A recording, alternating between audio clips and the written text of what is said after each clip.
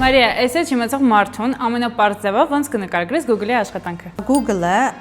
հիմնական իր նպատակում մոնետիզացիան, ոնց է Google-ը գումար աշխատում, այդ ad revenue-ն է, գովազդներից ստացված revenue-ն է, ամենամեծ իր revenue-ի աղբյուրը, հա։ Ոնց որ պատկերացրեք Google-ի մի database է, լիքը վեբսայթներ, ինֆորմացիաներ եւ այլն, ու ունի ինքը user-ներ մյուս կողմից, հա, user-ները գալիս են Google-ում ինչ որ բան են search-անում, կլինի product-ն ման գալիս, կլինի հարցի պատասխան են ուզում գտնեն եւ այլն, եւ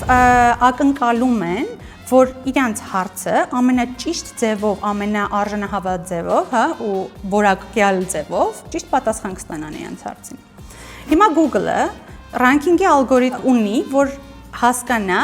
թե որ վեբսայթներն են այն ամենալավ պատասխան տվողը այս user-ի հարցին,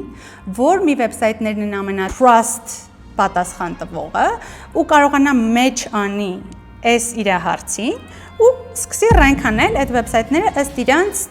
որոշակի կրիտերիաների։ Google-ի հիմնական նպատակը իրան user-ներին տալն է ամենալավ, ամենաիդեալական պատասխանը, որ բավարարի իր user-ին, որովհետև եթե երկրորդ անգամ, եթե չանի դա, թե user-ը երկրորդ անգամ ուզանա մտնի ու ինչ-որ բան search անի, չի անի, կասի արդեն մի քանի անգամ վատ պատասխան եմ ստացել։ Դրա համար ամենաճիշտ բանը պետք է տա։ Այդ առաջին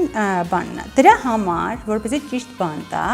ունի ինքը ranking-ի ալգորիթմ։